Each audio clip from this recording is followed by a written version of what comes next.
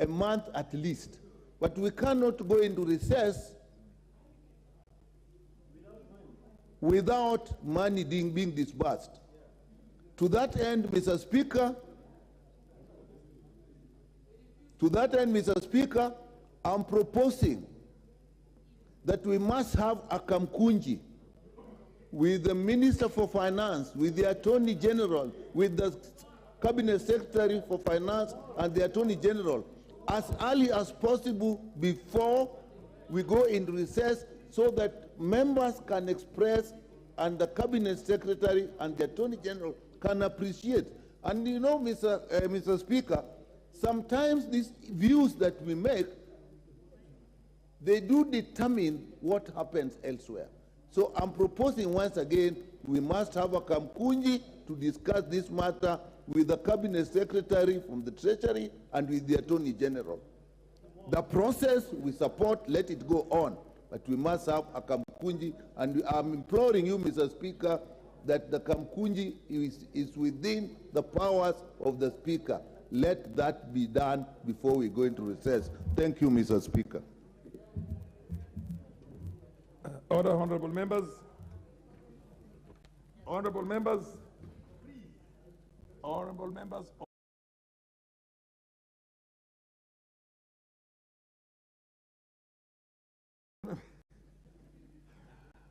Honorable members, I now wish to propose the amended motion. The motion as amended. That by replacing the Honorable Kaikai Bissau MP with the Honorable Zamzam Mohammed MP, by including the Honorable Beatrice Elachi MP and the Honorable Timothy Torotich MP as members of the committee. I propose the question. Now you can debate. Okay.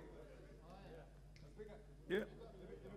Oh, Honorable Wandai, you have always been the minority leader. Yes, proceed.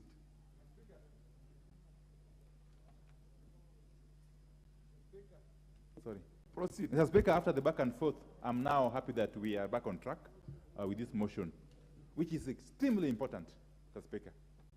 Mr. Speaker, this is a motion that I foresee leading us to the First Amendment to the Constitution of Kenya 2010. And therefore, its place in history is so crucial, so important. It's only comparable to the First Amendment of the U.S. Constitution of 1791. Order, honorable member, Opio Wandai. Talk to the amendment and talk to the motion. Yes, speak to the motion and speak to the amendment. Okay, yeah. I'll speak to both. Yes. Okay, thank you. Mr. Speaker, I am just trying to liken this situation that we find ourselves in to the events that unfolded after the promulgation of the U.S. Constitution in Philadelphia in 1786. 4 years later, Mr. Speaker, in 1791, there was the First Amendment that introduced liberties, civil liberties, freedom of expression, freedom of movement, freedom of association, freedom of religion, Mr. Speaker. The First Amendment to the Kenyan Constitution is likely to bring freedom of economic empowerment, Mr. Speaker, of the people of the Republic. Honorable Wandai. Yes, Mr. Speaker. This motion is amended. As amended. When you carry the amendment, it's not been carried yet. I haven't put in the question for the amendment. When the motion itself is carried, the amended motion is carried, okay, then you contribute on the amended motion. But first of all, it has to be carried. Okay. Mr. Speaker, therefore, can I give you a chance to propose to put the question on the amendment? Yes. Yeah, that's the point. So that we can proceed, yes. That's the point.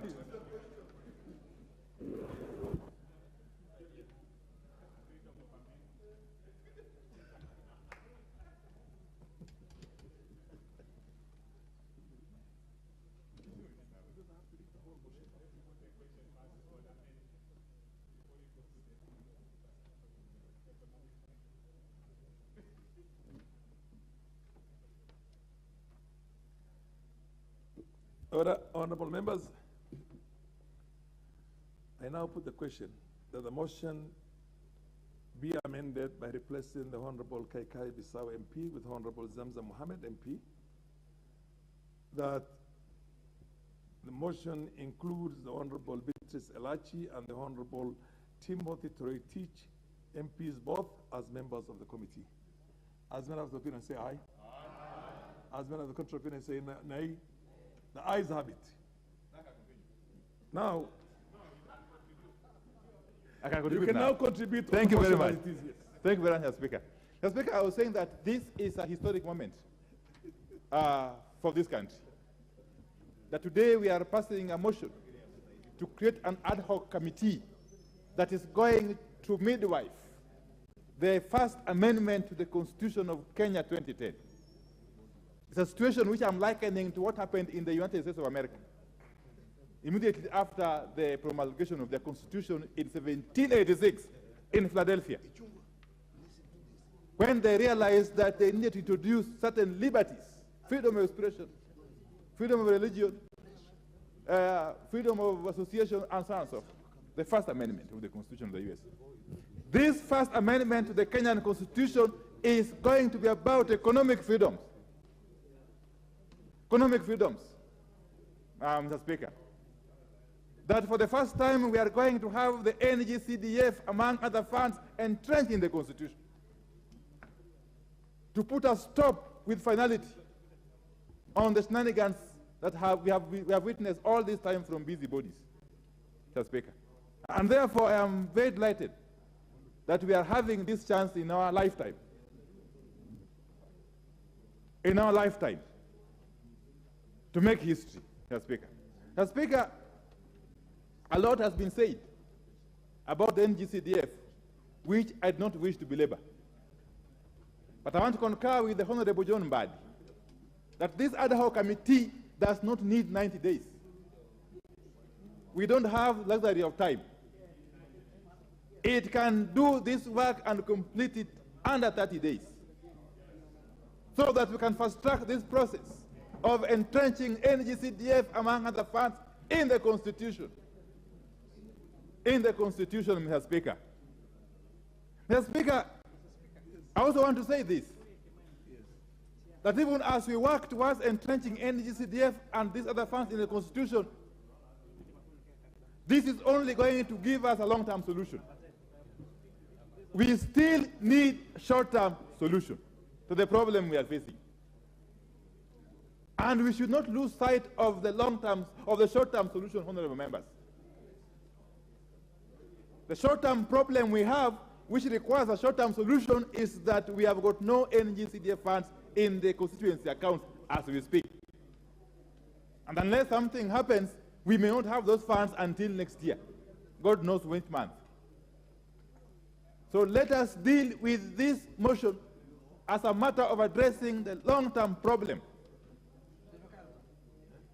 whilst at the same time deal with the short-term problem. And I still insist, I wish the Honorable Chair of the Cdf Committee was here. And I wonder why he can be away. I wonder how the chairman of the Cdf Committee can be away when we're dealing with such an important motion, touching on his docket. He's consulting. And I hope his vice chair is here and other members. Mr. Speaker, we want the members of the Cdf who are here and who are listening to me. Members of the Cdf Committee, you are there. You are supposed to have convened a meeting with the CS National Treasury and the Attorney General this week, here. That meeting never happened, for whatever reasons. You owe it to us as a parliament that you should have come back to us to explain to us why the meeting never took place and when it's going to take place. Because in under 2 weeks, without necessarily preempting debate, this House is adjourning for a long recess. So we are facing a serious threat to the future of our own children. I heard Honorable Kimani Chungwa say that he's not sure how the children will go to school on 23rd of January. Mr. Speaker, children will not only have problems reporting on 23rd January to school. There are some of them who have spent a whole third term at home. Mr. Speaker, they are children of poor Kenyans who have spent the whole of this third term at home on account of lack of school fees, which was previously being catered for by the NGCDF. They are facing a situation where they will again not report to school for the first time on 23rd of January. So this is a serious matter, Mr. Speaker. And I suppose and I hope that this House will come up with a solution to address the immediate problem which we are facing, even as we address the long-term problem by entrenching the NGCDF and these other funds in the Constitution. Thank you, Mr. Speaker. I support.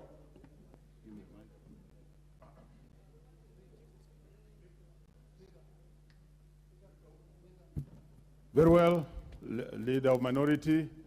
Let's have Honorable Jeanette. I'll be very short. Mr. Speaker, first I want to thank the Leader of Majority for bringing this important motion so that we can dispense off with this issue of the CDF.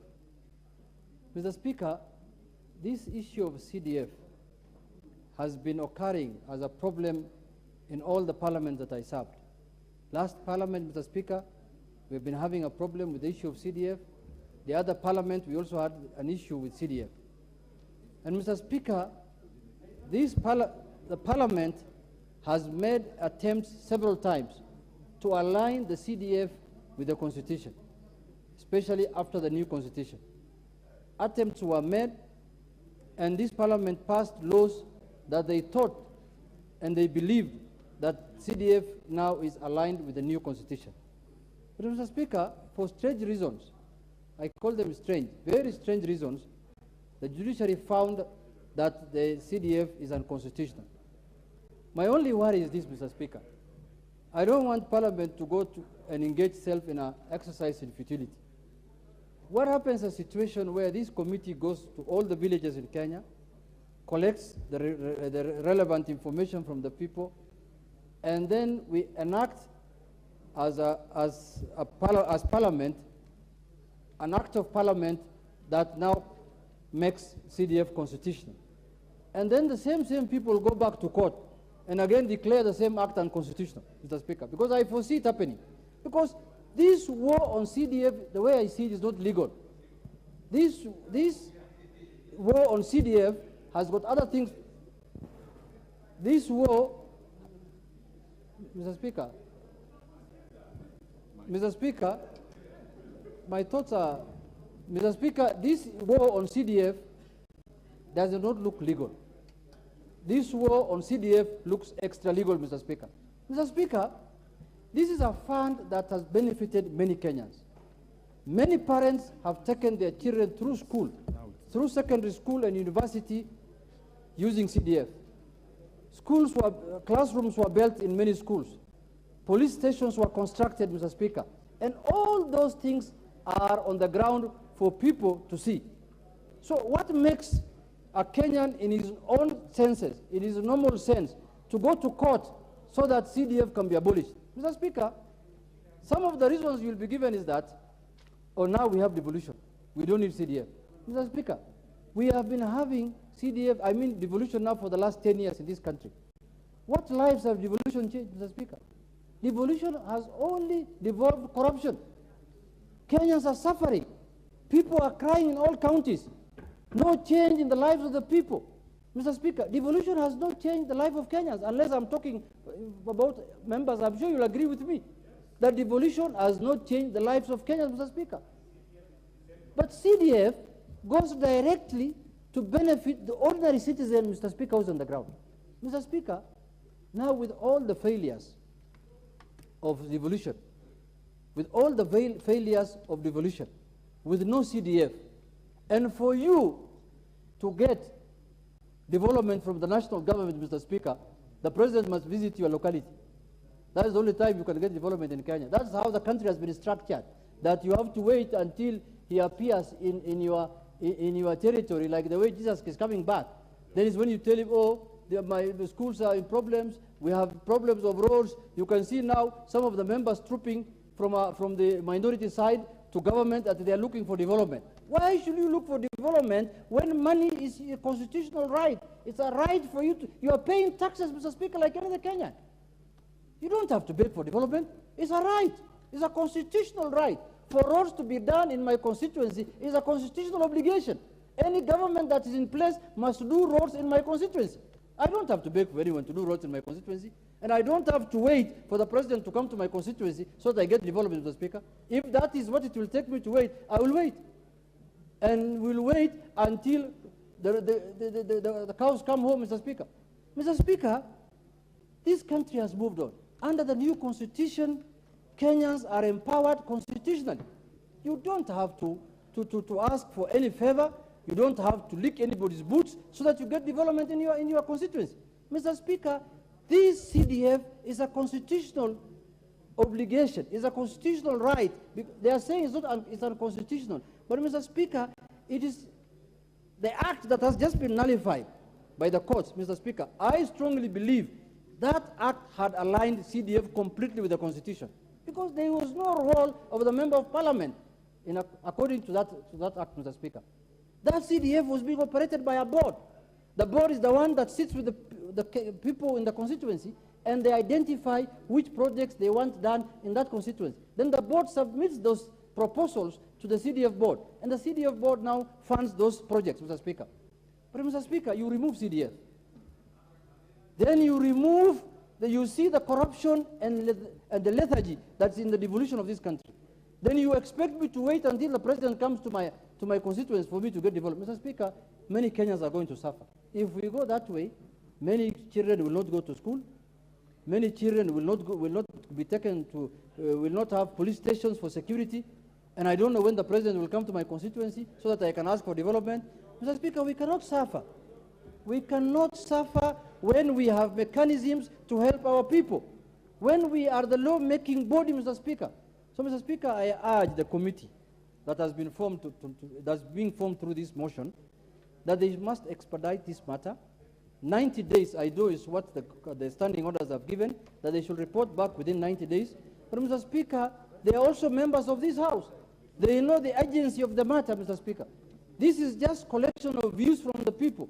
They can divide themselves into groups, and they collect information, and I can tell you, I can promise you today here, that the information that this committee is going to get from the villages, from the people, Mr. Speaker, will be shocking. Because every Kenyan, every village they go, will testify that either my child or my parent or somebody, a relative, must have benefited from CDF in terms of schooling, in terms of roads, and in terms of security, Mr. Speaker. You will see, when this committee starts doing their public hearings, Mr. Speaker, you will be shocked the overwhelming response that this committee will get from the people of Kenya, Mr. Speaker. I wish this kind of public engagements could be done on other funds, including even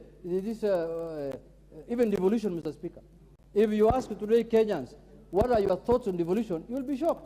The kind of feedback you will get from the Kenyan people. Mr. Speaker, I don't want to belabor the matter, but I want to say, personally myself, I believe that the issue of CDF is not a constitutional issue, it's not a legal issue. This is a conspiracy. It's a conspiracy in the country to fight CDF, Mr. Speaker. And the judiciary is being used to execute that conspiracy. And as you know, the executive will not support it, will not support the CDF, because as of now, with this economic crunch that they are facing, they will be happy every year that they will not be required to send 40 billion, 34 billion to the constituencies. That is money now they can use on other things, Mr. Speaker. You will never see the executive supporting this idea. Politically, they will support. You will see them doing political statements for political posturing, that CDF is an important thing, CDF must be enacted. But in the real sense, let this committee start working. One of the impediments they will face is from the executive, you will see, Mr. Speaker. I can promise you that. You remember in last parliament, Mr. Speaker, it was very difficult funding CDF. We used to get our money, a CDF, like drops of water, Mr. Speaker, like capsules, Mr. Speaker. that the minister has to appear day in, day out in parliament here, then promises, oh, we will send 1 billion shillings this week, we'll send 2 billion this week. You remember? Mr. Speaker, the executive is not interested in CDF. I know. Don't be cheated. I want to tell my colleagues from the other side, from Kenya Kwanza, don't be cheated. The executive is not in support of CDF. They want members of parliament to be capacitated, members of parliament not to be able to attend to issues that can help their constituents, so that you can go and kneel before them and beg them, and then you raise up your hand like you're talking to Jesus. Mr. Speaker, we know them. We have been here long. And then you wait for the president to come on Sundays, or the deputy president, you start saying, oh, Your Excellency, my school is dilapidated. Oh, my Excellency, our children have not gone. Then he starts giving you 100, 200,000. Then he tells you, oh, mubaki vile vile mulikuwa, Mungu atawagalia siku ingine. Asanteni sana. Thank you very much, Mr. Speaker. With those few remarks, I contribute. Very well. Honorable Lilian Gogo, Rangwe. We shall, of course, balance, but for gender purposes, William Gogo, you may proceed.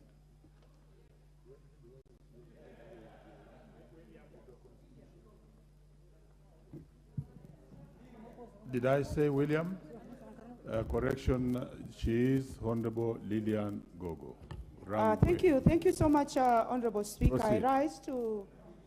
Honorable Speaker, I rise to support this motion that establishes a joint parliamentary assembly, a joint parliamentary ad hoc committee on a legislative proposal to amend the constitution, to entrench specialized funds, and I want to make specific mention, Honorable Speaker, of NGCDF.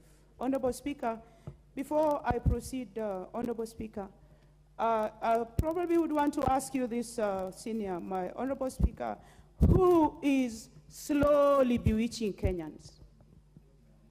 Honorable Speaker, I have a matter that I'm asking. Who is bewitching Kenyans? Who is slowly bewitching Kenyans to the extent, Honorable Speaker, that we want to put the poor Kenyans and relegate the children of the poor to the back, to the extent that they cannot go to decent schools, to the extent that they cannot have bursary to go to school? Who is bewitching Kenyans, Honorable Speaker? What kind of a nation are we going to have where the children of the poor cannot go to school? And which is this NGO that does not want the children of poor Kenyans to go to school, Honorable Speaker? And may I ask, Honorable Speaker, if you know, Honorable Speaker, the pin of the house of the presiding magistrate or judge, so that I can take 14 school buses of poor students from Rangwe, and then I go and empty it on, they empty these children in the house of this particular magistrate or judge, so that they can take these poor children to school. When they have to make certain ruling, do they have empathy? Do they have compassion? Must we belabor on the issue of NGCDF, Honorable Speaker? Do we have to beg on behalf of poor Kenyans, whose poor parents still go ahead and pay taxes, Honorable Speaker? And as far as this matter is concerned, I would urge the committee to move with speed, ban the midnight oil, Honorable Speaker, and bring back a report to this House, Honorable Speaker. Honorable Speaker, this is a matter of national concern. And my constituents from Rangwe constituency keep calling me, and they are saying, Mheshimiwa tafadhali, please don't remove NGCDF. This is a fund that is known to Kenyans. Even the poorest of the poor, Honorable Speaker, is aware that the only thing that they can lay their hands on, the only development that they see at the ground, what makes their classrooms, what pays bursary for the children of the poor, is the National Government Constituency Development Fund. And it has nothing to do with the MPs.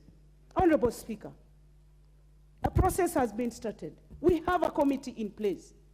But we also need, through your chair, we need a kamukunji of members and the people who are posing this matter. We need a kamukunji, Honorable Speaker.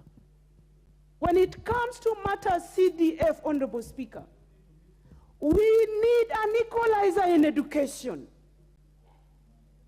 A poor daughter of a poor maid, I could not have stepped in this house, Honorable Speaker, if it were not for the grace of God, Honorable Speaker. And if it were not for education, I would not be speaking in clear English, Honorable Speaker. Why do we want to deny the children of the next generation education? And that notwithstanding, Honorable Speaker, I just hear it is not confirmed. I don't know how true it is, Honorable Speaker, that someone is saying that they are intending to increase school fees in January.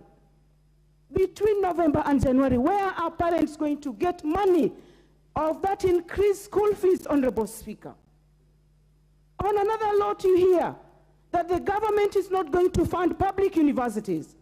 On another note, you hear, Honorable Speaker, that NGCDF is unconstitutional.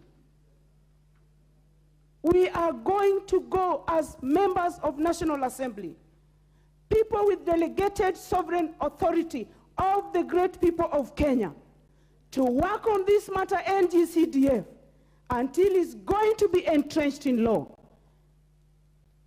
It is going to be entrenched in our constitution, Honorable Speaker, so that we don't have vagabonds moving around denying the children of poor Kenyans, children of people, mothers, single mothers, children, orphans who are abandoned. If it is not for CDF, Honorable Chair, where children, orphans get full bursary, running up to about 53,000. Full bursary so that they can go to school, Honorable Speaker. This is a matter that touches on every legislator on this House. And it is also proposing to entrench other funds. These are funds that are not going to individual pockets, Honorable Speaker. These are funds that are going to the lowest. Ngegu Beach, we are doing a beautiful police station. We have done a beautiful police station in Diru, in Kagan Ward. And we are doing the NGCDF in Rangwe constituency, Honorable Speaker, is making a sub-county headquarters that is even going to have an Uduma center that is going to bring services closer to the people.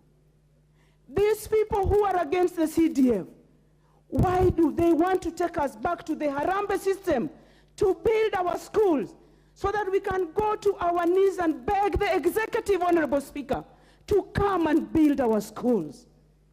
This particular fund, Honorable Speaker, goes across the constituency, all the 290 of them. When development is happening in Rangwe, it is happening in Wajir, it is happening at the coast. This is a fund that is not discriminative, Honorable Speaker. I am going to say, for purposes of records, Honorable Speaker, that the more we are going to suppress the poor of this country, the more we are going to be cast as a nation. And a time is going to come, Honorable Speaker, when we will go back to God and cry for punishing his poor. And God is a God of the poor. When we continue sitting in the comfort of our beautiful seats in the courts, and we don't even go to our rural homes and see what CDF has done, I am telling these people who are making rulings in the name of the judiciary, go home and see what CDF has done. And when you come back to make your own rulings, honorable members of the judiciary, I think you are going to make different rulings, rulings that are going to be compassionate to our poor. Right now, everybody is following this matter across the country. They want to know what is the fate of CDF, Honorable Speaker. Honorable Speaker, I started by asking you to tell me kindly, I know in your networks you know where this particular honorable judge lives or magistrate. Kindly give me their PIN. And I'm going to take very many, 14 buses. We have bought school buses, 14 of them in 5 years, using NGCDF. I am going to fill my students of the poor people, take to his home or her home, so that they don't make that grave mistake again on suppressing the poor through the court. Honorable Speaker, Bado, it is my time. When it comes to matters NGCDF, Honorable Speaker, members have said time and again, members have nothing to do with NGCDF. What we want to say, as I finish, let the committee move with speed, give us back a report, and before we go on recess, Honorable Speaker, we need to still discuss this matter further in a Kamukunji. But when it comes to CDF, let them leave the children of the poor alone. I thank you. Well, very well. Every member has 10 minutes, and if a member has content, we have no otherwise but to allow the member to proceed until when the 10 minutes are over. So next to speak on this motion is Honorable Moses Kirima of Imenti Central. Moses Kirima. Imenti Central is in the house. In the absence of Moses Kirima, then we have Robert Pokose and Debes. Dr. proceed. Thank you, Honorable Speaker, for allowing me to contribute to the motion as amended. Honorable Speaker, this constitutional amendment brings life, it brings hope, and it sets the stage for saving of educational, academic advancement for the children from the poorest communities, from the poorest parents within our constituencies. Honorable Speaker, we had cases of COVID. When COVID came in, unfortunately, it disrupted the educational cycle. And when it disrupted the educational cycle, it also interfered with our cycle on how we were dispersing the bursaries. And because of that, when now we are recovering from COVID, then we have our judicial system, our courts, creating another roadblock for the education of the poor children in this country who have been benefiting basically from bursaries. When you look at the criteria for the award of bursaries, it is to the poorest children, the orphan, single parent, and from the very poor backgrounds. In my constituency of Endebes, I've said I decided that when you have needy children scoring 360 marks, 350 marks and above, then we should be able to provide them full bursary to cover their education so that it can be one motivation and many of these children from very poor families perform and excel well. But unfortunately, with the disruption from COVID and now with the disruption by the judicial system, by our courts, by our judges, giving a very unfavorable ruling on as far as CDF is concerned. CDF is not a default fund. It is a decentralized fund. It is a decentralized fund of the national government. And it is not, the member of parliament has no direct role in CDF. We only provide oversight. And when you provide oversight, I expected that these judges are able to read the law and understand. But because of their activism, they end up hurting other people. And they're hurting many children of this country. It is quite unfair, and I'm hoping that the committee will be able to sit down, and as the Constitution provides that within 90 days. Within 90 days means even in a month's time, that is within the 90 days. They work with speed, make sure that when we come back in February, when we resume from recess, we are able to process this constitutional amendment. We are able to mobilize ourselves, pass it, so that we can entrench National Constituency Development Fund in our constitution. Make sure that we do it right, that we are able to protect this fund, because as it stands now, the fund is in dilemma. But I believe that it cannot, what do we do in the meantime? Because this bill is going to take long to be able to be worked on. What do we do in the meantime? I'm asking the chair of the Departmental Committee on CDF that he calls the CS Treasury, calls the Attorney General. We sit here. We still have undispersed funds. Let those funds be dispersed. This House has passed the Committee on CDF. It is going to be cassetted.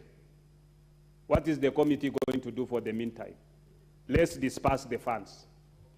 The CS Treasury should be able to disperse the funds to the board. The board should be able to disperse the funds to the constituency. And the constituency, we should be able to prepare that when children are opening in January, they are able to go to school. Even these ones who are sitting for their KCPE, KCSE, joining to the university, KCPE, sitting to do going to join Form 1. We have even the grade 6 who are going to junior high school. Where are the classrooms if we can't be able to build with this? The president of this country has publicly and in this House acknowledged that he supports the CDF, which is a good thing. And I think the rest of the executive should support the president to make sure that CDF is actualized and is made to be able to deliver on the services, especially bursary, construction of classrooms, construction of the offices of the chiefs and assistant chiefs. I saw the other day our CS for Interior, Professor Kithure Kindiki, visiting Kilifi and saying that we need to put money to put offices for the assistant chiefs, offices for the chiefs, and make sure that everything, the provincial administration are working in a good environment. That can only be actualized through CDF. So, Honorable Speaker, to me, I think we need to have action plan that before we break for our recess, we need to have a kamkunji in this House, through you, the Speaker, that the CS and the Attorney General, who happens to have been the former Speaker of this House, should be able to move with speed, come here to this House, let's have the CDF actualized, let's have it running as we do the amendment. With those few remarks, Honorable Speaker, I want to give others also time to be able to contribute. I support. Honorable Member Joshua Mwalio, Masinga constituency. Thank you, Mr. Speaker, for giving this chance to speak on the NGCDF. Having been a member of the NGCDF for 5 years in last term, and even this time I have been placed in the same committee, I am conversant on the CDF matters. And I think this is a great moment that we are debating about the release of the CDF and also the Ando committee that has been able to be passed in this House to be able to work on entrenching the NGCDF in the Constitution. You remember that last year we had the same exercise of putting 5% in the NGCDF so that it can be the percentage that is allocated from 2.5%. And the committee of NGCDF was able to move around all the 47 counties for 30 days. So even this under committee can be able to move and collect the views of the public within that stipulated time, so that we can be able to entrench this in the Constitution. We move on. Having said that, it is very important for the judges to know that there are poor students, poor pupils, poor total orphans that are only sponsored by CDF, and they cannot be able to go to school unless the check comes from the office of the fund manager for them to attend school. It has been a very hard term, this third term, that we have not been able to dish out the checks for NGCDF for the students to be able to learn. Majority of the students are at home as we are speaking, because in some parts of this country, there is famine, there is no food.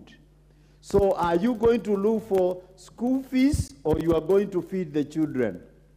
So many of the parents have opted for the children to stay at home rather than them selling their cows for paying the school fees, but rather for them to buy food for the family. So it is a very sad affair that we have famine and we have no school fees. So what I would urge this House is to be united together. The House should be in oneness as we call for the Kamukunji, for the CS Treasury and the AG to come and be able to convince them that we need a percentage, because if the students who are not able to go to school this third term, it means they are going to repeat the class they were going next year, because they did not do the exam. So we don't want to punish our children. Even a notice is normally given, even if you are going to be given a bad notice, plus to be given a bad notice, you need a notice. Even if it is a notice of 5 years, we should have been given by the courts that after this term, we shall stop the NGCDF, rather than just putting the brakes. All the students that were fully sponsored by NGCDF, they stay home. All the university students that are sponsored by NCDF, they stay home. So I would like to urge this honorable House to unite and be able to ask, even if it's for the first quarter of the NGCDF, to be released to every constituency so that we can deal with the matter that is pressing us of school fees and taking the students even to Form 1, others to the university, others to the next classes. So I think everybody will come to his own senses that surely the thing that this country is going through is not the best, because we are not doing justice to our students, to our children, wherever they are, because they are used to the members of this House trying to give them the bursaries in their schools. Number two, we will have a lot of waste if NGCDF is not released, because there are so many projects that we are going on. There will be no value for money because there will be stored projects all over this country. So the best thing is for the NGCDF to be released so that we complete all these projects and we continue the way we have been continuing. If I give an example, my constituency, the only project is seen in that constituency is the money that comes from the NGCDF. Whatever comes from the county government is actually cannot be seen. For the last 5 years, only 5 boreholes were done in my constituency, which is very negligible compared to whatever was able to be done by NGCDF. So my argument will be, let us be released the NGCDF so that life can be smooth the way it has been for our students, for our projects, and for everybody that depends on NGCDF funds. For those few remarks, Honorable Speaker, I support the ad hoc committee. Very well. Honorable Florence Matia. Next.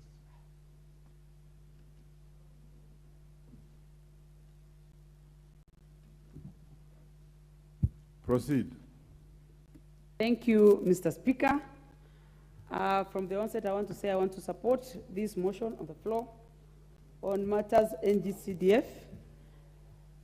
I want to speak and echo my colleagues who have spoken before me that the petitioner should have taken time and understand the importance and the benefits of CDF.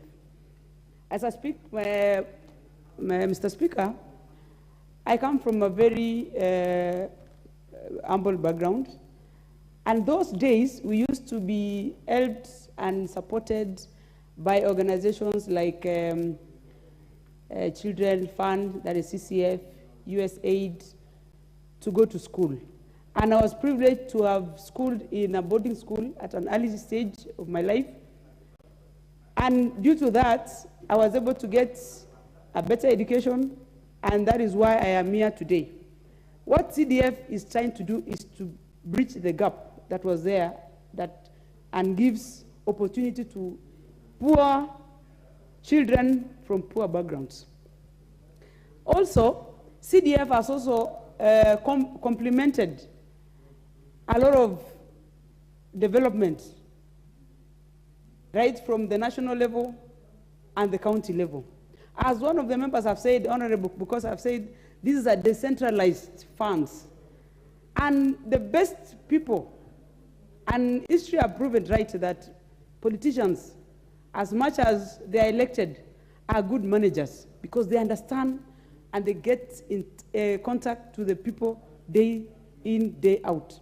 And so CDF have proven that with their good management by members of parliament, under the decentralized funds and regulation of government, it has been able to take care and cater for many projects and help many people, especially children going to school, to be able to live their lives like any other Kenyans, or Kenyans of better status. I want to also add and say that I have seen in the recent times how CDF have done. It has built police stations. It has bridged the gap or curb the openings in the society that the national government are not been able to do it in time. Because when a member of parliament interacts with the people, he can easily relate to the problems that people go through day in, day out. And that way, even the orphans or children who are going to school and are not able, are able to be picked. Widows have been beneficiaries through the CDF in terms of bursaries. We also have the NGCF, NGAF. This is also some of the funds that have also been contentious of late. And we want to ask our counterparts in the judiciary that they should also consider that we are all working for Kenyans. As much as I've been elected, but I am giving service to the national and the people of Kenya in all regards. And that way, when I get an opportunity like this, I want to ask the petitioner who did this to relook again and go and do his or her due diligence and understand that CDF is not fighting anyone. In fact, it is entrenching the services more better to the people of Kenya. Suffice that, Mr. Speaker, there are also problems. Like I come from Baringo where there's a lot of banditry. And many times when we discuss about all these things, we are told their children who are not going to school in those areas of specifically Tiati. And I want to say there are other areas that CDF is not utilized well.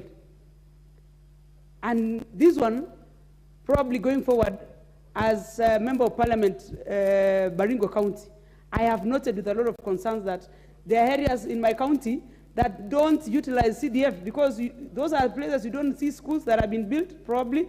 You don't also see those police stations. You don't see the effect because at the end of the day, as much as many other members, because the other day, Honorable Ndindi Nyoro took members of parliament to his constituency to showcase what CDF has done. I want to say I have a problem in that part of my county that CDF is not effective enough because we have stories that CDF is doing other things like, you know, supporting banditry, probably, you know, maybe buying guns, or because it has been in the records, or encouraging people by not developing the place. And I am going to, as much as I'm supporting CDF, there are things we also need to understand that some leaders don't utilize CDF the way it's supposed to be done. Yes, Honorable Millie, what's your point of order? Honorable Millie, what's your point of order?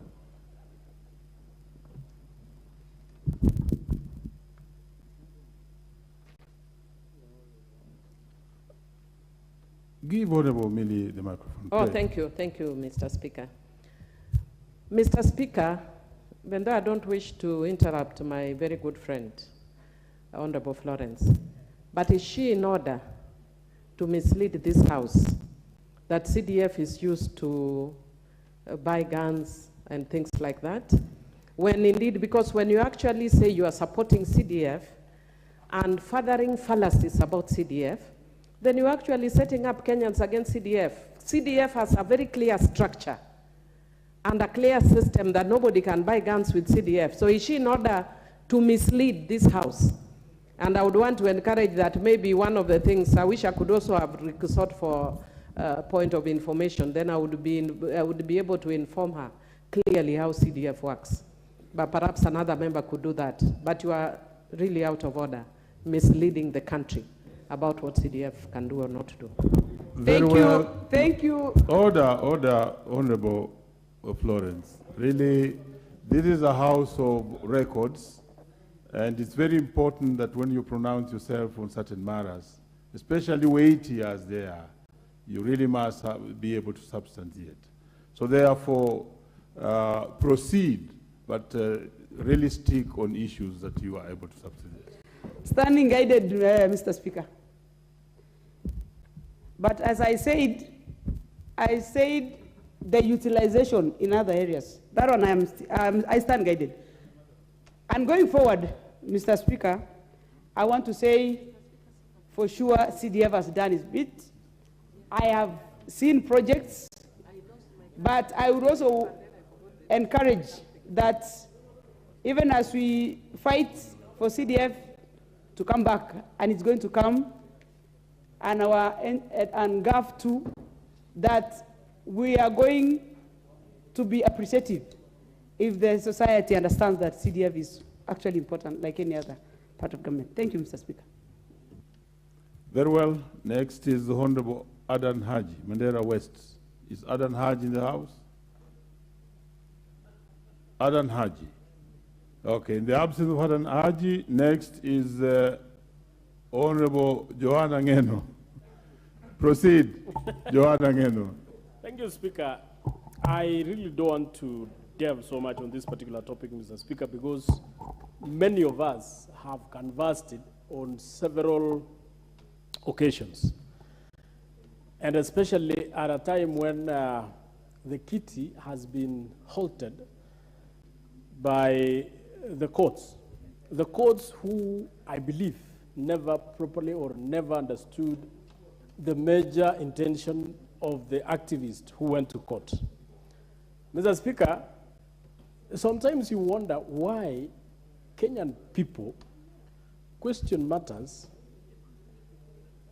which are, or which goes to the main artery of the poor population, and leave matters that are actually destroying the country completely.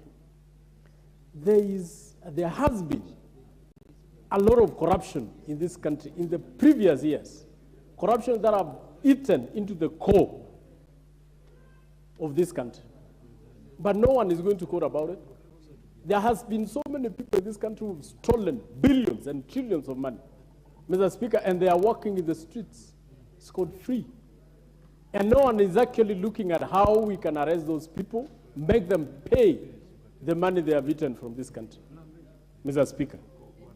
There has been people in this country, Mr. Speaker, who have made it a responsibility to waste whatever is in any government ministry, Mr. Speaker, and they are not even going to court about it. Why are they questioning a small amount of money that has been allocated to the poorest of the poor in the society? Mr. Speaker, I remember there were so many schools in this country, Mr. Speaker, which were mad schools, which were actually, had mad walls. There are so many students in our country, Mr. Speaker, especially the countryside, who studied inside dilapidated classrooms. I'm one of those, Mr. Speaker, who, when I was young, I studied in a classroom where I think every other week I had not less than 10 jiggers on my fingers, Mr. Speaker. Today it is history because of the introduction of CDF. Mr. Speaker, I don't know why some people have never understood the reason why CDF was introduced in this country. Mr. Speaker, there were days in this country where parents used to sell land to educate their children. So many people lost land. So many people lost their cows because they had to sell to educate their children. There were days, Mr. Speaker, when children used to defer their university classes because they could not manage to pay the fees. There were days, Mr. Speaker, in this country where people died on their way to hospitals because there were no roads. People die on the roadsides because the road is not there. Maybe it is a very rainy season. People are being carried by gunias to the hospitals. There were days, Mr. Speaker, when we used to have children named Kipto, Kibor. Why, Mr. Speaker? Because they were born on the roadsides. Because the hospitals were not there. Because the roads were not good. Mr. Speaker, this is history. It is no longer there. I don't understand, Mr. Speaker, why we are fighting over something which is going towards assisting the people of this country. Why is our country and many African countries are backward? Is because people do concentrate on matters that do not matter, that are not important to the development of the society. Instead of vigilating on billions of money which is being spent anyhow, carelessly, people are vigilating on money that is helping the poor in this country. Instead of arresting big corrupt individuals, we are fighting over small allocations to the poor. Mr. Speaker, I don't want to say much. I just want to say it is the responsibility of this House so that we will not also be whining day and night. Article 95, Article 94, Mr. Speaker, and Article 96 give this House the powers to legislate, to make any law in this country, Mr. Speaker. And I think it is now our responsibility to ensure that we amend the Constitution, entrench the CDF and GCDF in the Constitution, so that even the generations, it may not even be for the current generation, Mr. Speaker, but we also need to be, to ensure that the next generations benefit from the amendment of this Constitution. Mr. Speaker, law was created to help man, not the other way around. Law was not created I mean, man was not created to help laws. Laws were created to help men and women. Mr. Speaker, that is why we are in this house. We are in this house to amend the law. That law was meant to help us. And if there are some sections in that particular constitution which are not helpful to the humanity, Mr. Speaker, it is our responsibility to amend it. And I'm urging members, let us stop whining. Let us put our efforts on the amendment of this particular constitution. The committee, the ad hoc committee, which has been picked, Mr. Speaker, I'm only urging them, just do your responsibilities, even in 30 days, but ensure you go to every village, every corner in this country. Ask the people, what do they want with this allocation? If they want it removed, then bring it here. We will remove it. If they want it entrenched in the Constitution, bring it here. We will entrench it in the Constitution. And whoever wants to court, whoever wants to go to court, they can go to court, any court in this country. But we must entrench CDF in the Constitution, just like we entrench the devolution in the Constitution. Mr. Speaker, I wish to support, and I'm asking the members who are going to do the public participation, ensure that you also follow the law. Just like what the Speaker was ruling on the other minute, that we must follow the law in the composition of that ad hoc committee. We also must follow the law in the public participation and collecting views from Kenyans. Mr. Speaker, I support and I wish to support. Thank you. Honorable Millie Odhiambo Mabona, the MP for Suba North, Senior Council. The requests we have here are over 22, and we have barely 55 minutes to go. So if you can put in your point and save time for colleagues, it would be even better so that we are all at. Thank you, Mr. Speaker. I'll try and be brief so that other members can also get an opportunity. Mr. Speaker, while we are discussing here, I've noticed one of my friends on Facebook called Mtumishi Koroso is asking why the discussion on NGCDF by members of parliament is very emotive. In fact, he has made a reference to Lillian and saying Honorable Lillian Gogo, why she's very emotive. And I want to say that the reason why this is emotive is because we deal directly with members of the public, and like him, he deals with people on Facebook, but we deal directly with members of the public. Mr. Speaker, I can actually cite a case in my own constituency where people used to ask me to contribute to funerals, and I'd give very little, sometimes at most 500, but usually only 3,000 shillings. And at one point, actually, somebody asked somebody, why should I be giving such little money that will not help? But then I actually underwent a transformative situation that made me realize that that little money to me means the whole world to somebody. Mr. Speaker, I was actually told to visit a home where a woman had died the night before in Rusinga Island on Gumba Hills. And when I went there, I found that the body had been there for a day. It was covered by a net that was donated by UNICEF because they were not able to provide any preservative. They were not able to afford a coffin, even of 3,000 shillings. Mr. Speaker, they were not able to take this body to the morgue. The woman had 3 children, and these are the only people who are surviving even in the larger family. She had 3 children. The eldest was 14 years old. Mr. Speaker, I think a lot of us do not understand the kind of situations that we deal with on a day-to-day basis. We are dealing with the desperately poor people who cannot raise 3,000 shillings to bury. People who cannot raise 500 shillings to buy unga. And you want to, argue with us on Facebook. Sometimes these posh Kenyans on Facebook, sometimes when they find me in a good mood, I abuse them. When I'm in a bad mood, I block them. Because they need to go back to the ground and discover what Kenya is all about. Because CDF has helped so many people and continues to help. Mr. Speaker, the reason why I even interrupted my good friend, Honorable Florence, when she was speaking, is that the challenge we have in relation to CDF is a lot of misinformation. A lot of people think that as a member of parliament, you just go to your constituency and say, give me 1 million there for CDF. Nobody is going to give you any money. CDF has a board, which is in Nairobi. That board is the one that actually then sets up a committee, which is passed in parliament, and then they set up and hire people that then work for CDF. Maybe members may actually, the way we do even have influence over appointment of PSS and other people, we may put in a word, and that is normal in life. But on the whole, CDF is one of the best structured and best managed funds in the whole country. And I want to encourage the organization called TISA, that sometimes those of us who come from civil society, we are very genuinely accused of being elitist, because sometimes we are. I come from a civil society background, and we need to understand that sometimes we are elitist. That's why people don't take us seriously. Go back home and understand how CDF is transforming lives. Right now, because the money for CDF has delayed, there are so many people in our own constituencies that have dropped out of universities that have not gone. There are some that we are forced right now to sponsor. There is a boy that I've sponsored from a place called Usao, who deferred his university degree, medical degree, last term, last season. Again, he's deferring this time. I had to get money from my own pocket. How many people can members of parliament sponsor from their own pockets?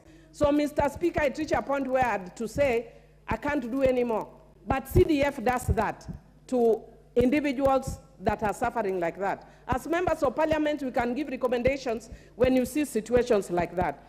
Mr. Speaker, the other thing that I would want to say is when this committee is finally constituted, what I would want to encourage them to look at very carefully is the principle of separation of powers and how they are going to deal with it in their amendment. Because if we do not look at it carefully, the way we are looking at the issue of separation of powers, then the issue of the basic structure concept, which I so dislike, might just rear its ugly head again. So I would want to encourage members who, once this passes, that they need to look at it and also look at it vis-a-vis the principles and values that are contained in Chapter 10 of our Constitution, that talks about equity, that talks about non-discrimination, that talks about fairness. Where is the fairness when poor people are suffering, and then we want to argue? I want to thank Honorable Lillian that she was very emotive and she was saying, who has cursed Kenyans? It is not Kenyans. I want to ask, who is cursing Africans? When something good finally happens in Africa, then us in Kenya, we want to kill it. Everywhere I go, in every country, I used to be a member of Pan-African Parliament. I interact with several members from other African countries. People want to know how we are managing CDF.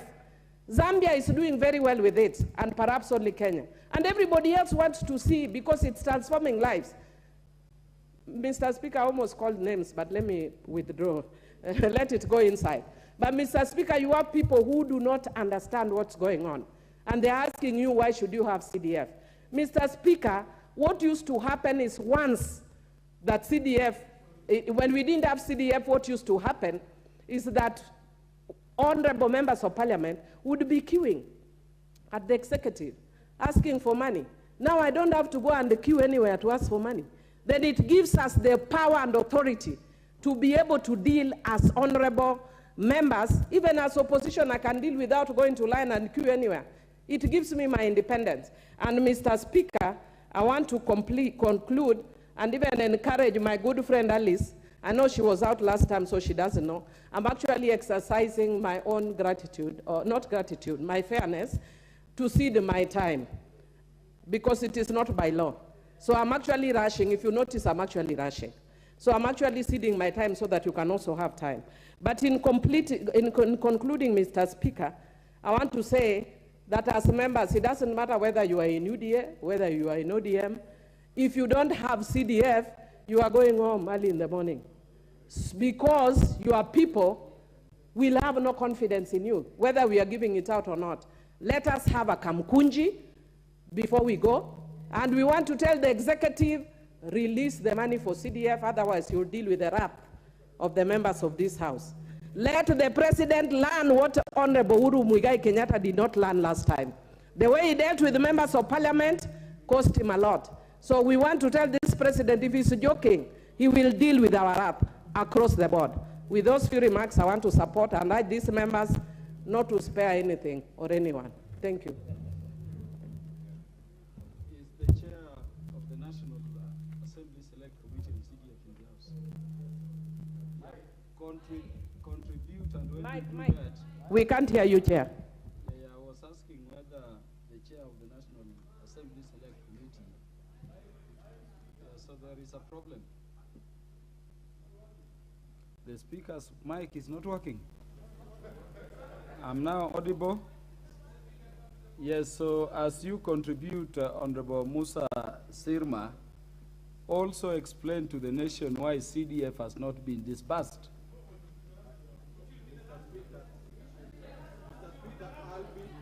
Replying because I'll be replying. Yeah, so when you reply, tell the House why CDF has not been disbursed. Yes. Because so far as I'm aware, that there is no order or anything stopping disbursement of CDF. Yeah, if we are a serious house, we should not just be crying as if we don't have to, nothing to do. Honorable Beatrice Elachi. Thank you, Mr. Speaker. I also rise to support, but more importantly, to thank the leadership, both the majority leader and the minority, for ensuring now that this committee is indeed incomplete and within our guidelines of our standing orders. But having said that, Mr. Speaker, I just want to pick on so that I contribute very fast and say that, as you say, Mr. Speaker, I think the House should first of all proceed to continue to do what they need to do and ensure disbursement of CDF is done, because the ruling of the Supreme Court was a ruling that was dealt with the CDF Act of 2013. And therefore, the President of the Supreme Court assumes that what she dealt with was that. Indeed, she has no idea about 2015, because nobody has ever gone about even the amendments, further amendments of 2022. And so we will be even wrong ourselves. Maybe we are just putting ourselves into a crisis where she was never in that crisis. And therefore, as we constitute this committee, because our first stop must be in her office so that she explains and we are able to understand, I think CDF should continue. Because what she dealt with was 2013. Mr. Speaker, I have been in schools today. I will tell you, our children, when you look at those who are going to do exams, I have one school, 800 candidates. Standard 8, 420. Year 6, 400, I don't know, and 2. And in total, we are talking of 20,000 in one constituency. Yet we have other kids, Mr. Speaker, who are now at home. Some were supposed to be doing Form 4. They were under CDF bursary. They've been sent home because there's no money. Yet we are saying as a country, education is the key and the future and everything. We are lying to our children. We are lying to the country. Then you find the former CS of education who decided to do desks. Even the desks were never enough, Mr. Speaker. I think each school was getting 50. And CDF, if CDF was to do for you desks, every school, today I contributed 200 for 6 schools. But if it was CDF, all the schools would have gotten. And you look at the way we are dealing with this matter, and yet some children are going to now, you wait and see they have closed school. You wait and see in the streets, Mr. Speaker. We will be crying for our children. Yet we have decided completely, CDF used to come up with programs to at least have sports. We would be having sports for our children when they close school. For 2 months, we have nothing to give these children, and therefore the children in the urban towns will be in town, even them. They will be roaming in the roads of Nairobi all over because they don't have any place to go and do indoor or even football or even any other games that can keep them busy in the next 2 months. Mr. Speaker, I think when we are going to collect views, we must take a petition to the judiciary. The judiciary to tell them, these are our children. Tell us what you want to do with Kenya. You want to kill Kenya?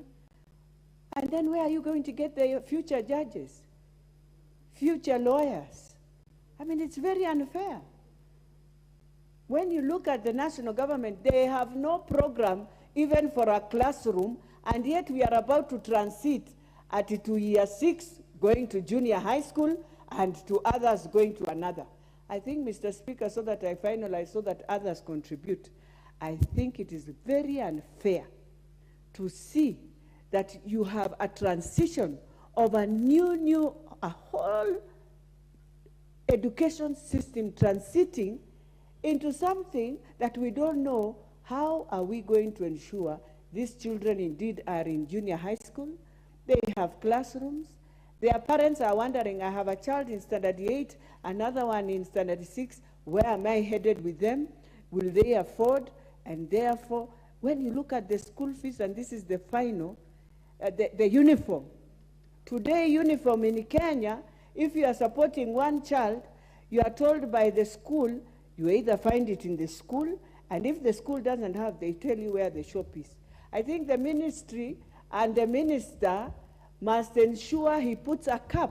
You cannot buy a uniform, 23,000 uniform. No shoes, no nothing, just uniform, no beddings. Mr. Speaker, I beg to say this House must be very serious, and we must put a cap also on uniforms, and we must open up that parents can go to Kenya School of Uniform to also get uniform. I beg to support. Thank you, Mr. Speaker.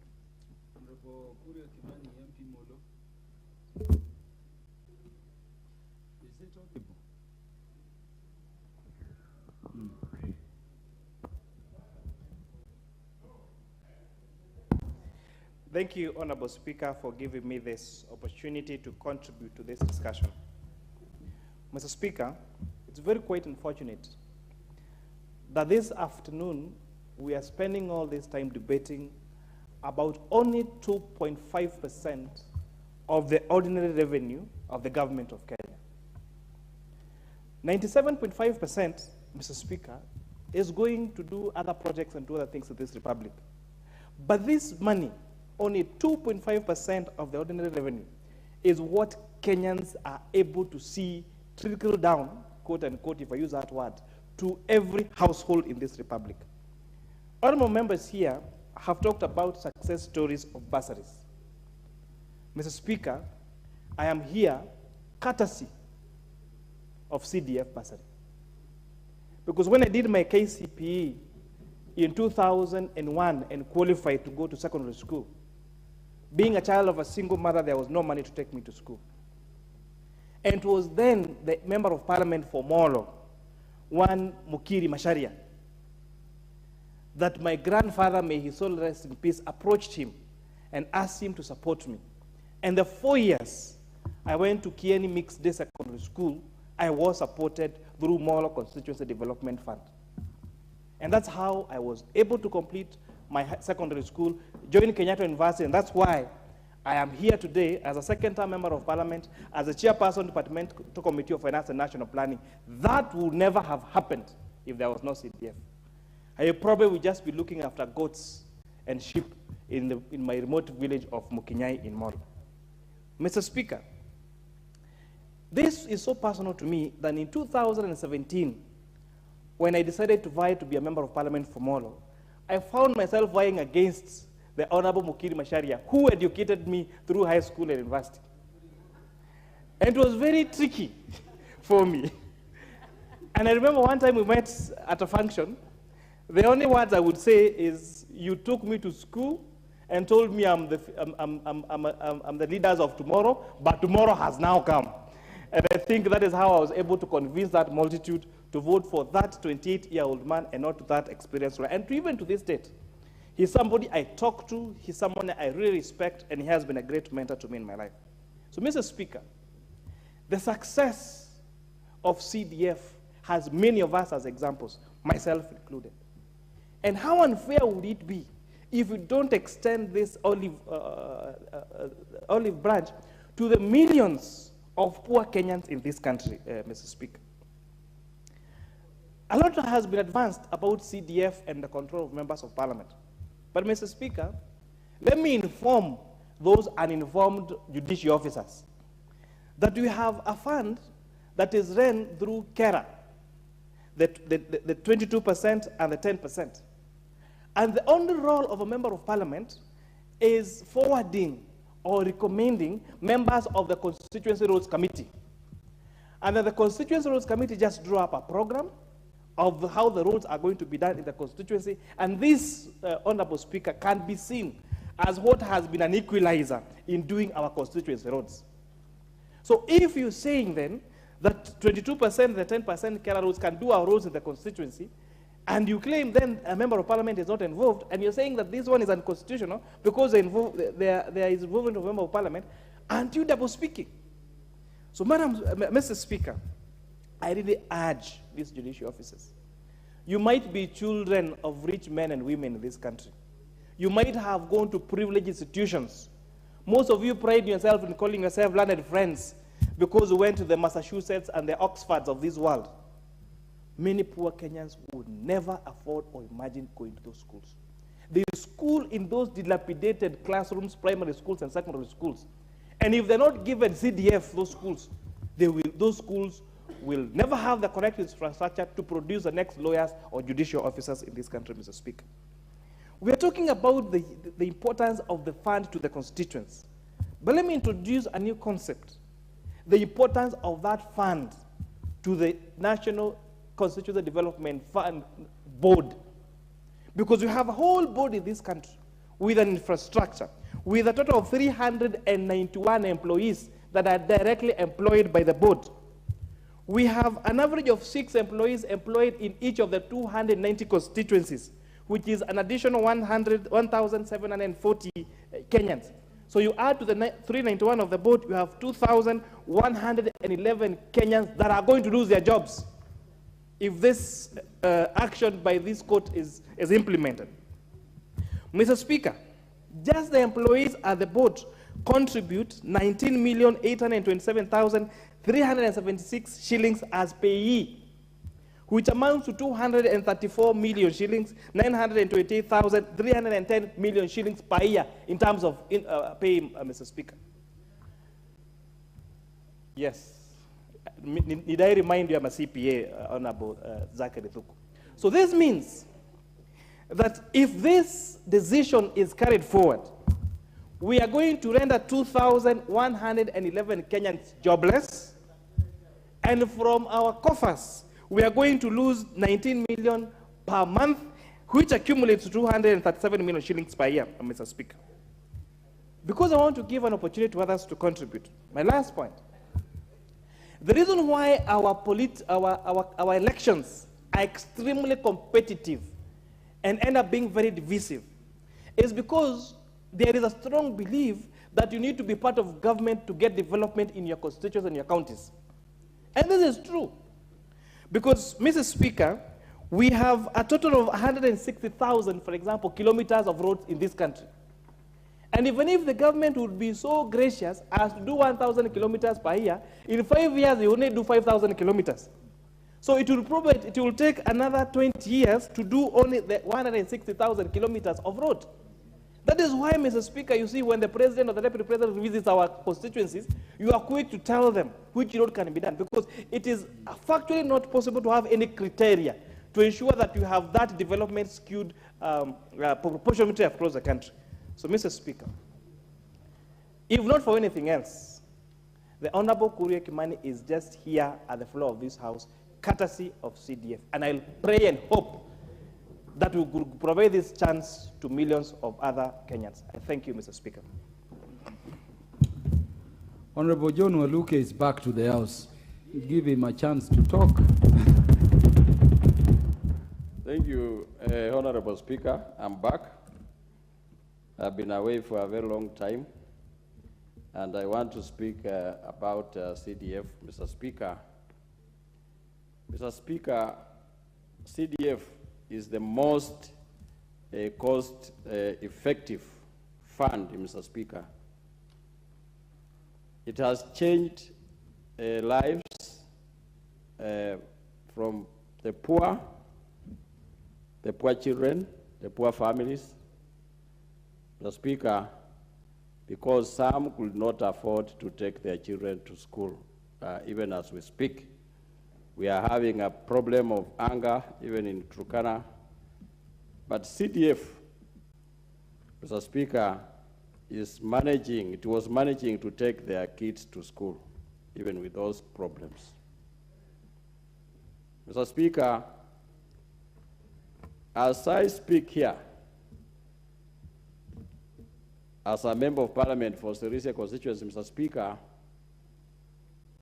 I caught my constituency with 91 primary schools. And almost all of them, Mr. Speaker, were mud wall, Mr. Speaker. And we used to smear. The children used to carry some cows' feces to smear the classrooms, Mr. Speaker. But now we have managed, Mr. Speaker, I have managed to almost, with the CDF committee, to bring up almost 68 schools afresh, permanent, courtesy of CDF, Mr. Speaker. So, Mr. Speaker, people who are instigating to remove CDF, Mr. Speaker, sometimes you think that they are not normal. Because it is seen. Today, Mr. Speaker, I was so proud on this road, the Uhuru Highway, where I saw the passes, Mr. Speaker, about 28 passes, they were just passing. And I even told my podcasts and my drivers that, look at those passes. And there are people outside there who are saying that CDF should be removed, Mr. Speaker. 8 of them, Mr. Speaker, are fully funded by CDF. And I was very proud as a member of parliament. Mr. Speaker, the poor children from poor families, where we come from, Mr. Speaker, have really benefited because some of them, Mr. Speaker, have been given full bursary. Like in my constituency, Mr. Speaker, every year I sponsor full bursary for 61 students, private students from poor families, to give them full scholarship. And this is, Mr. Speaker, without CDF, NG CDF, Mr. Speaker, those children could not make it to go to even high schools or universities, but some of them, Mr. Speaker, or many of them have gone through to the universities, courtesy of CDF. Every time, Mr. Speaker, we have been having problems as a house, as a country. We blame ourselves as members of parliament, Mr. Speaker, because we are the lawmakers. And, Mr. Speaker, where we have failed, because 3 terms I've been in this house, Mr. Speaker, this problem of CDF has been occurring every term. That is a problem of CDF, that they have removed the CDF, and we are the lawmakers, Mr. Speaker. This is now the time, and let it be the last time, Mr. Speaker, for us as a House to make sure that we amend the laws. We change and amend the laws in the Constitution that allow CDF money to be used here, Mr. Speaker. Mr. Speaker, this money is taxpayers' money. And those poor women in the rural, Mr. Speaker, and poor men are the taxpayers. So their children are supposed to learn. They are supposed to go to school, Mr. Speaker. And being taxpayer, this money is not, we are there just to manage. Even Treasury manages this money for these people, these poor women, Mr. Speaker. And therefore, it has taken long because many children have come back home. They have not gone to school due to lack of school fees, because CDF is not there, because bursary is not there. But with the committee that has been constituted today, Mr. Speaker, it needs to hurry up. I know they are going to take long going around the whole country, Mr. Speaker, getting public participation. But, Mr. Speaker, when they come back, Treasury should release billions of money, because they have been saving money on their account for CDF, Mr. Speaker. Therefore, Mr. Speaker, there will be no complaint for them to say that the court stopped CDF bursary or CDF. Mr. Speaker, this is their time almost from last year, from the time we went to elections up to date. Mr. Speaker, they have got enough money and enough time to make sure that the money should be released with immediate effect, Mr. Speaker. Mr. Speaker, many countries have come to this country, Mr. Speaker, to our country to learn how we use CDF. How can CDF be used? Because they hear that Kenya have a fund called CDF. Lastly, before we went to elections, I saw Uganda were here, members of parliament from Uganda, to come and to learn, to see how CDF is utilized. So we are proud, Mr. Speaker, because maybe in Africa, it is Kenya that started this fund of CDF, and other countries are learning from us. So we need to continue, not that they come to learn from us here, and then we remove ours. We cannot blame the courts, the judiciary, Mr. Speaker, because these cases were taken to them. The NGOs that did this, I think God will punish them, because these poor children at home, they are crying, not going to school. These poor families, the mothers, poor mothers home there, they are crying that their children are home. I saw those people, Mr. Speaker, they were still even arguing that they were going to remove even CDF. They are shameless. Thank you, Mr. Speaker, for today. Because of time, let me donate my time to another colleague to contribute. I support. Thank you very much, Honorable John Waluke. Your wisdom was missed. We wish you well and pray they don't mess up with your liberty again. Honorable John Kawanjiku.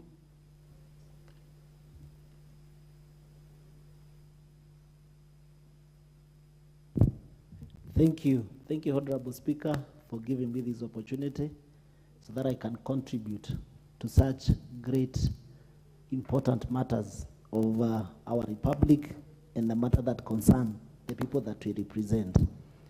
Mr. Speaker, may I take this opportunity to say that, first of all, the NGO that took the matter to court, and also the judges that made that ruling on that particular time. It is actually against, I'm even looking for better words to describe them, because I think they live in an illusional world whereby they don't understand whatever happens to the common mwananchi in our constituency. Mr. Speaker, let me say that because I came to this house through a by-election, and I was able to support 8,000 students within a period of 1 year, to give them bursaries so that they can be able to see the doors of high school, because they were not able to raise the school fees that were demanded by their public secondary school. Mr. Speaker, in the country that we are living, even to raise 100 shillings so that you can be able to support your family with the daily bread, it is becoming an issue in our country today. So this bursary and this NGCDF came in handy Some of the people who are able to be members of this house, they have been able to be here because of the bursaries that were given by their CDF and through their members of parliament. Mr. Speaker, it will look bad on us if we can only be able to fund our children to go to high school and other public schools, but the children of our poor people, peasants, watu ambao, those people who are not able to raise the school fees, cannot be able to go to school because of a judgment that was made by a judge sitting in Kilimani or Milimani High Court without putting into consideration what those people will go through. We have already received millions of calls by now, people asking us when we are going to disperse our bursary because they have not been able to maintain their children in high school. Mr. Speaker, the things that we have been able to do through NGCDF, even coming up with new high schools in my constituency. For example, as we speak, there is a high school that we are constructing because of the numbers of students who are in public primary school, and we need 100% transition from public primary school to public high school. We have constructed new high schools to give those children opportunity to learn so they can also become better people in our society. Through CDF, we have been able to reduce the number of people or probably people without employment because some could not have managed to get employment because of lack of education, Mr. Speaker. May I say that we must come together as a house regardless of which political side you come from, whether in Azimio, whether in Kenya Kwanza, and support one agenda and make sure that the CS for Treasury, by now or probably before we go to recess, he will have released the money for the CDF so that we can be able to plan and make sure that those students and other projects that are ongoing in our constituency have been able to be fully functional. We have been able to support them and we make sure that we maintain those students in our school, in our public school. Mr. Speaker, let me say that CDF has been a good fund that has been managed very well. We have seen our constituencies that have done exemptionally well by making sure they renovate their public schools, giving the students a better opportunity to learn and better environment so that we can be able to make sure that we have 100% transition from public primary to public secondary school, and then maybe after from public high school, probably to university, and make sure we give them an opportunity to become better people within our society. Mr. Speaker, I therefore stand and support this ad hoc committee, and we demand that through your office, Mr. Speaker, before we go to recess, you make sure that we have a kamukonji, so that you make sure that the CS for Finance, the Attorney General, and the members can deliberate on this matter, and at the end of the day, we can be able to unlock whatever is a problem, whatever has been an issue, so that we can, by the time we go back to, by the time we are going for recess, we can also be able to action and support those students who are looking up to us to provide for them bursary and to make sure that they're in public, that they're in school, so that they can support their future and so that they can support their family. Thank you, Mr. Speaker. Honorable Alice Nganga, MP, Thika Town.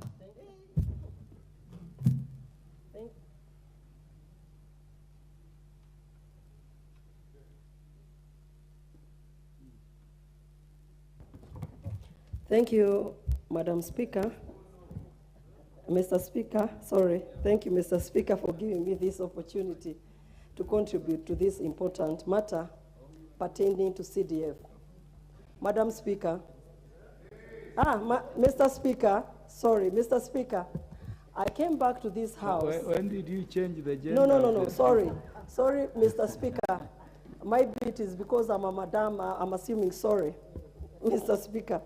Mr. Speaker, you know we were together in the duration of 2013-2017, and I never came back for the 12th Parliament, and I am back here, the 13th Parliament. And I want to tell you, Mr. Speaker, I am here courtesy of CDF because of the bursaries that I awarded those students from Thika constituency. Mr. Speaker, right now as we speak, my offices has bulk of forms of bursaries because most of the students never even resumed back to school this term because of lack of school fees. Mr. Speaker, as we speak right now, I built, when I was a member of parliament, a divisional headquarters, police divisional headquarters in a place called Goriba. And the level, that time, the level of insecurity, there was so much insecurity in that area. Right now, among all my wards, that is the only wards, the security matters is not a problem anymore. As we speak right now, Mr. Speaker, I think the people who went to court, that NGO, I think they are Aryans, they don't live in Kenya. Because if they do live in Kenya, they should have experienced what parents are going through. And I think people assume that CDF belongs to member of parliament, like we use this money as we wish. What they don't understand is a board that assigns those projects to be undertaken at our constituency levels. And that is why I am saying, Mr. Speaker, that we need to discuss this matter without fearing anybody.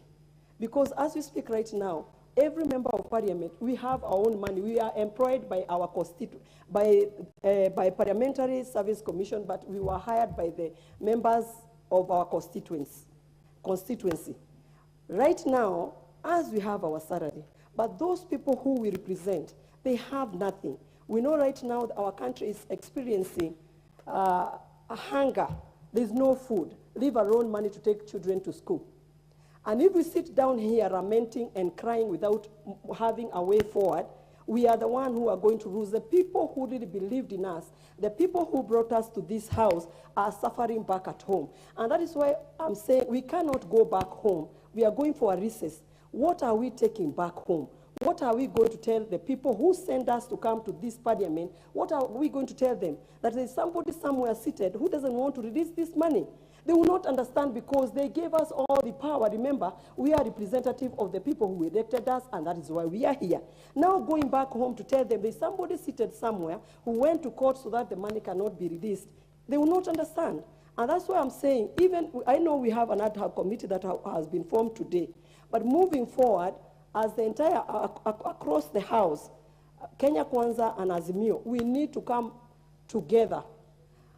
Make sure that this matter, we discuss it. Whoever we need to bring on board, the Attorney General, the Cabinet Secretary, we need to bring them on board, and they explain to us the reason as to why money has not hit the accounts at the CDF level to make sure that programs start running. You know, the parents are going for a long holiday, the Christmas holiday, and they are looking forward in January to taking their children back to school. Now, why are we giving them stress that the children now are at home, they close school, apart from the class 8 and grade 6 and Form 4s who are sitting for the exams. The rest are already at home. What are we going to tell these parents when they are taking this grade 6 to grade 7 and this class 8 to Form 1 and those ones who are in Form 4 when they'll be joining the university? That we tell them there is no money only because the Cabinet Secretary for Finance Treasury has not released the money. They need to release the money, and then we say here at the floor of the house, Kesi Badai. Let us case that case already when the money is already at the constituency level. But we cannot sit here debating, and we are not taking any action to make sure that our CDF money is at the constituency level. And because of those people who don't understand, I need to inform them that as for the projects that we do with CDF, it is the board that come up with those projects, and they fund those projects. We are only patrons to this money. We are only there to assist and to foresee that everything is running smoothly at our constituency level. And we also need to inform them that nowhere at any given time does the member of parliament come into hand or touch these funds. Our work is only to go there, make sure that the bursaries are awarded to those vulnerable children from our constituencies, or we are building police posts and divisional headquarters, or starting a new school like I started Thika Girls Karibaribi, that I started with only 80 students, and as we speak today, we have 1,000 students, and right now as we're speaking, 250 are sitting for the exam, from 4 exams. That is what CDF does to this country. If you move across from one constituency to another, either you are in central Kenya, or you are in western, or you're in Coast Province, or in northeastern province, if you go there, you will see a mark. And you know, with this CDF, every project that we do, there's a big board there saying that this project was undertaken by CDF. So those people who are seated somewhere who think they can run to court and deny the Kenyan people the opportunity to be given services by the members of parliament, they are wrong, and we are not going to condone them. We are telling them, waachane na sisi, sisi tunataka watoto wasome, sisi tunataka kujenga mashule, sisi tunataka kununua madawati, sisi tunataka kuweka, we want also to make sure that we have dining halls in our schools. Thank you, Mr. Speaker, for this opportunity, and I pray before we break on 2nd of December that we are sitting down to make sure that this CDF, we were given 3 months. 3 months can also be 2 weeks. Thank you very much, Mr. Speaker. Thank you for the opportunity. Honorable Okume Adepo, on account of disability, MP for Karachuonyo.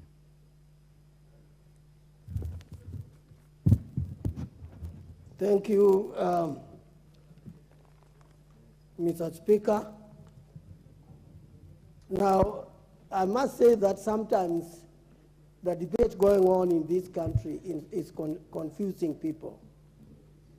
You hear all the time people talking of CDF being outlawed by the court. That is true, and nobody is contesting that. But then people don't differentiate between CDF and NGCDF.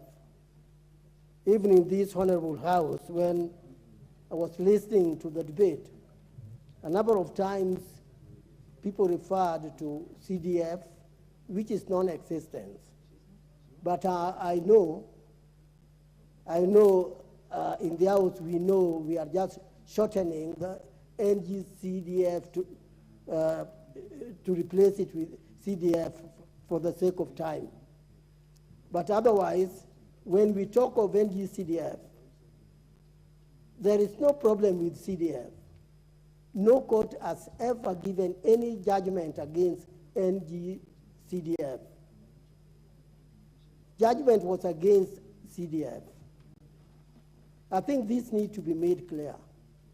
It is made worse by the Treasury, which made a statement that they were referring the case to the AG as to whether they should release the funds or not. There is no issue to refer to AG. I think this needs to be very clear. And that being the case, that there is no issue to refer to AG.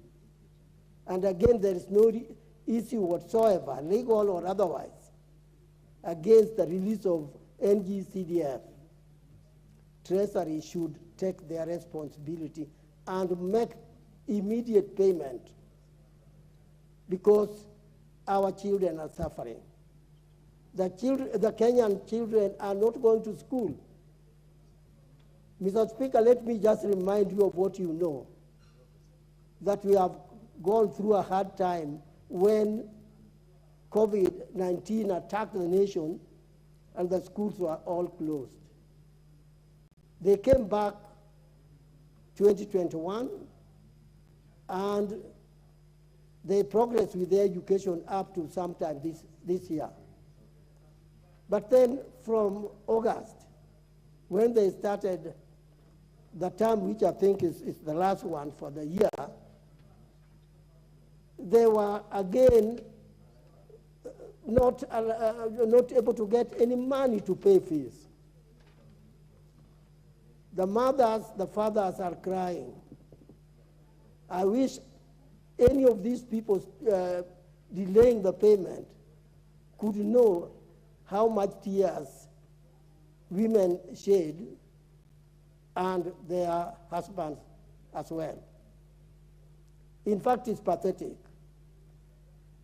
Every day, and I'm sure all the MPs here go through the same process, every day you get not requests, but you get cry.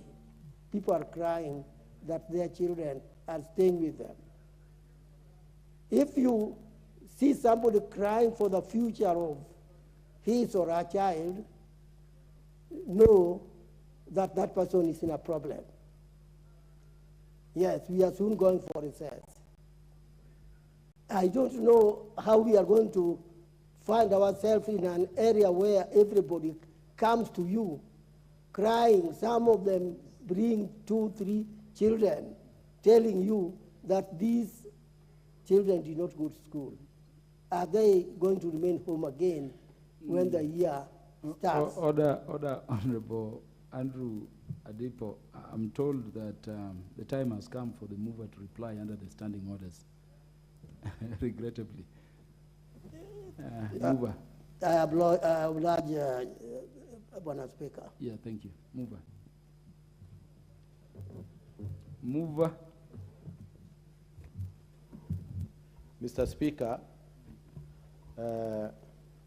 I stand to reply, but before I reply, I would like to give 2 minutes of my time to Cynthia Muge, Women Rep for Nandi, Betty Maina of Moranga, 2 minutes, Omar Mwinyi,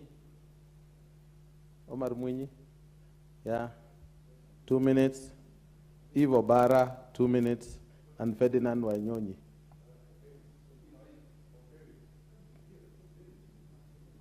Two minutes. Okay, so yes, turn down. So start. So, Honorable Cynthia Muge.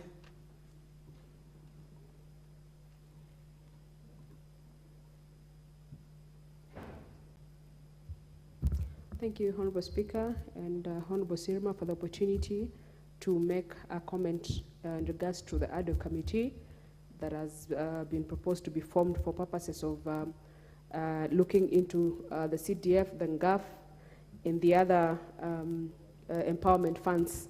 Honorable Speaker, I stand in support of the said ADO committee. It should have happened earlier, Honorable Speaker. Like honorable members have spoken to the issue, we are in pains to explain why there's no NGAF in circulation to pay school fees for children, school-going children. We are at pains to explain why CDF is not yet here for it to pay school fees for children. Honorable Speaker, I was moved when I went to pass my condolences in a village called Cheptarit in my home, Honorable Speaker, and I found a member who used to serve in CDF, and the member by the name Reverend Tello said that this woman has 6 kids in school, and all these kids, 3 of them were under full scholarship of CDF, but they were all at home, Honorable Speaker, because the CDF money has not been released, and therefore the schools could not admit written commitments to the same, Honorable Speaker. So, Honorable Speaker, I just want to say that for anyone out there who thinks that CDF and GAF and the empowerment funds, Honorable Speaker, are not important, I want to tell them that they are as important as the breath that everyone takes, Honorable Speaker. They are important for those children and those people who depend on it to be able to school and to be able to have good facilities. So, Honorable Speaker, I support this motion and I urge the honorable members to support it. Thank you, Honorable Speaker. Honorable Betty Maina.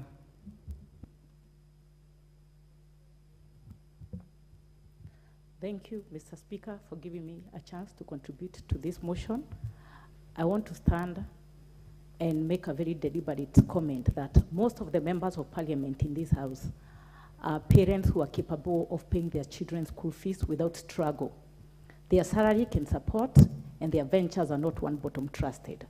When we talk about CDF and GAF, we are here as ambassadors of the most vulnerable people in our societies. Children who depend on us and children who look upon us. Mr. Speaker, in the month of October, I have been able to donate part of my salary to parents in dire need of school fees because children are just about to do exams and they do not have money.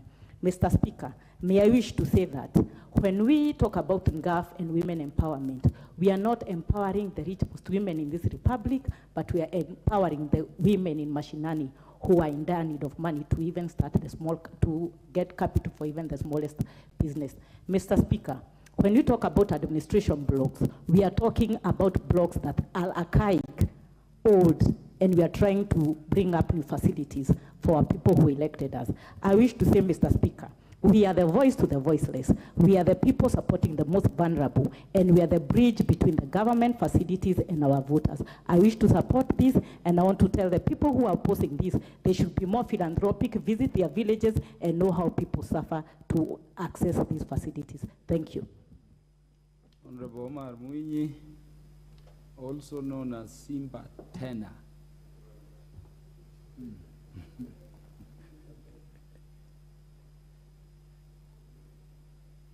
Thank you, Mr. Speaker. First of all, I want this House to know that we are not debating about CDF on our own behalf. We are actually representing the voices of our people in the constituents. They are the ones who are yearning for CDF, not the MPs. Mr. Speaker, if people want to believe that CDF is the only thing that makes members of parliament to be re-elected, it is also, the statistics are there, that almost 70% of members of parliament normally get voted out, despite the fact that CDF is there. So that should not actually be a matter to be considered. Thirdly, Mr. Speaker, CDF has taught people about public participation, real public participation. It has also ensured equitable distribution of resources in this country. If other countries in Africa, like Zambia, sometimes in 2015, they came here to benchmark after we introduced this idea to them. Tanzania as well. So I think if an idea is good, then it should actually be allowed to proceed. Finally, Mr. Speaker, I was looking forward to have inter-county sports, because sports in our country is actually dying out because of the FKF politics. But I'm sure if CDF is given more funds, we can have inter-county games, and perhaps this would actually ensure that our youth will be encouraged to participate in sports and perhaps become stars in the making. Mr. Speaker, thank you for giving me that opportunity. The Honorable Dr. Ivo Bara. Thank you very much, Mr. Speaker, and may I too add my voice to support the establishment of the ad hoc committee to go across the country and collect views from the people of Kenya on CDF and eventually entrenching it in the Constitution. Mr. Speaker, the benefits of CDF cannot be understated. What we have had here today are success stories of what CDF has done in the different areas of this country, ranging from nurseries, infrastructure development, such as laboratories, classrooms, name it. It is all about CDF.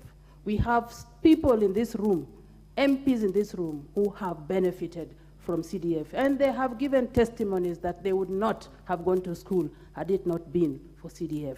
Thank you very much. I support once again, and thank you very much, Chairman, for giving me your 2 minutes. Thank you. Yeah, lastly, Honorable Abraham Kirwa for 2 minutes. Thank you again, Mr. Speaker, for this opportunity that you've given me to just contribute also to this ad hoc committee that is actually going to be going around the country to get views.